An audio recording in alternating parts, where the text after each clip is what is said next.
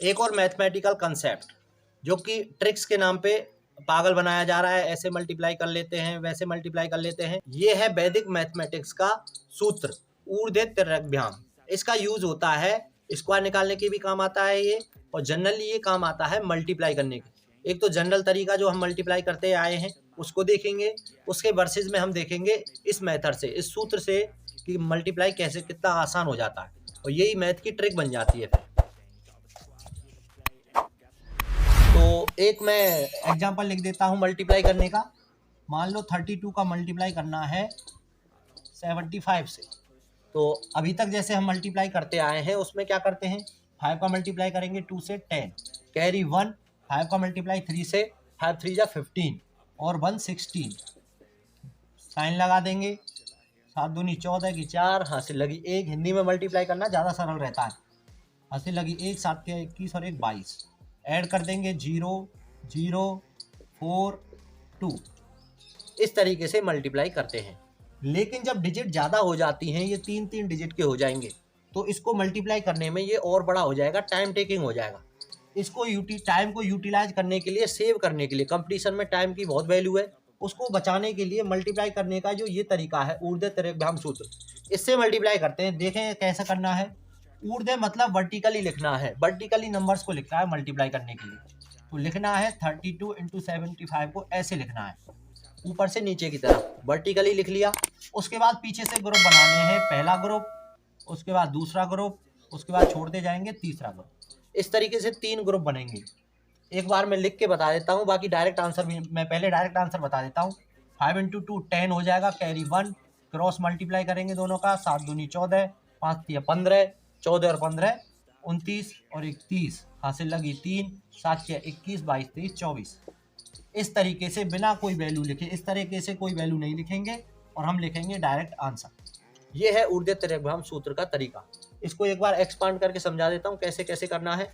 अभी हम मल्टीप्लाई देखेंगे, लेकिन आपको एक चीज़ ध्यान रखनी है, जो हम टेबल्स जो बोलते हैं वो हमको हिंदी में याद रहें तो ज़्यादा टाइम बचता है। इंग्लिश में जो टेबल्स होती हैं वो टाइम टेकिंग होती हैं, इसलिए हिंदी में पहाड़े याद कर लीजिए, आपके लिए टाइम बचाएगी, वो बहुत फ़ायदेमंद रहेगी। अभी इसका मल्टीप्लाई अगर हम जनरल तरीके से करें तो आप देख सकते हैं हमको 3 रोज लिखनी पड़ेंगी और फिर ऐड करना पड़ेगा, उसमें ज़्यादा टाइम लगेगा। ऊर्ध्व तिर्यकभ्याम सूत्र से इसको कैसे लिखना है, सॉल्व करना है, पूरा बता देता हूँ, फिर डायरेक्ट आंसर लिखना भी बताऊंगा। अभी देख लेते हैं, इसको वर्टिकली लिख देंगे सबसे पहले। तो ये वर्टिकली लिख दिया। अब पीछे से ग्रुप बनाने हैं। पहला ग्रुप बनेगा इन दोनों का, फिर दोनों से इसका ग्रुप बनेगा, फिर इसका ग्रुप बनेगा, फिर 2 का, फिर 1 का।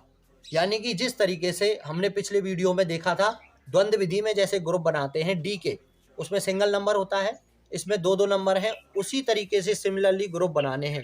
सबसे पहले 1 डिजिट लेनी है, फिर 2 डिजिट लेनी है, फिर 3 डिजिट लेनी है, फिर 2 लेनी है, 1 छोड़ देनी है, फिर लास्ट की 1 डिजिट लेनी है। पहले बढ़ते क्रम में, फिर इसको घटते क्रम में, इस तरीके से ग्रुप बनाने हैं। तो अगर मैं इधर से ग्रुप बनाता हूँ तो उनको ग्रुप बना के लिख देता हूँ। पहले 1 और 5 का ग्रुप बनाया हमने, फिर 1 2 और 5 3 का ग्रुप बनाया, फिर 1 2 4 और 5 3 1 का ग्रुप बनाएंगे। उसके बाद 1 को छोड़ देंगे, 2 4 और 3 1 इसका ग्रुप बनाएंगे। उसके बाद 1 और छोड़ देंगे, 4 और 1 का ग्रुप बनाएंगे। ऊर्ध्व तिर्यकभ्याम में इस तरीके से जैसे द्वंद्व विधि है उसी तरीके से ग्रुप बना लेने हैं सबसे पहले, इंक्रीजिंग ऑर्डर में, फिर सब पूरे हो जाएंगे तो फिर डिक्रीज करते हुए। उसके बाद क्या करना है, सिंगल सिंगल नंबर में तो डायरेक्ट मल्टीप्लाई कर देना है।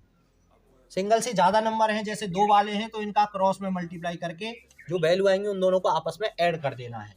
और 2 से ज़्यादा वालों में सबसे आउटर वाले का आउटर वाले से मल्टीप्लाई करना है। उसके बाद जस्ट इनसाइड वाले का भी क्रॉस मल्टीप्लाई करना है, और सिंगल बच जाता है तो उसका आपस में ऐसे मल्टीप्लाई कर देना है। और जो जो पेयर वाइज जो वैल्यू आएंगी उन सबको ऐड करना है। अभी यहाँ देख लेते हैं इसको। 1 × 5 करेंगे, 5 आ जाएगा।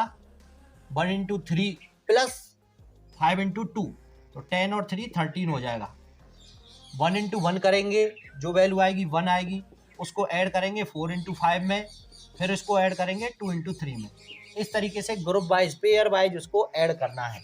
उसके बाद इन दोनों का भी क्रॉस मल्टीप्लाई करेंगे, 4 × 3 12 और 2 × 1 2 आ जाएगा। और 1 1 वाला होगा उसका डायरेक्ट मल्टीप्लाई करेंगे, 1 × 4 4। तो ये हो जाएगा 5, 13, 27, 14 एंड 4। इसको डायरेक्ट भी लिख सकते हैं। ये जब आपको समझ में आ जाएगा तो इससे इसको डायरेक्ट लिख सकते हैं और डायरेक्ट आंसर आएगा इसका 4, 4, 8, 5, 6। तो इस तरीके से सिमिलरली ऐसे कैरी लिया है, फिर इसको यहाँ कैरी लिया है, फिर इसको यहाँ कैरी लिया है। पिछले एग्जाम्पल्स में मैंने बता दिया, इस तरीके से ऐड करके डायरेक्ट आंसर निकाल सकते हैं। ये है मल्टीप्लाई करने की शॉर्ट ट्रिक। इसी तरीके से हम स्क्वायर भी निकाल सकते हैं। दो सेम नंबर का मल्टीप्लाई करते हैं, उसी को स्क्वायर बोलते हैं। सिंपल वाला देख लेते हैं, 25 वाला। 25 इंटू 25 यानी कि 25 का स्क्वायर निकल जाएगा। ग्रुप बनाएंगे पीछे से, 5 इंटू 5 25, दोनों का क्रॉस मल्टीप्लाई, 10 + 10 20 और 2 और 2 4 आ जाएगा 5। ये यहाँ चला जाएगा 2, ये 2 यहाँ चला जाएगा 625। तो इस ट्रिक का यूज करके स्क्वायर भी निकाल सकते हैं और सिंपली टाइम सेविंग तरीके से मल्टीप्लाई भी कर सकते हैं।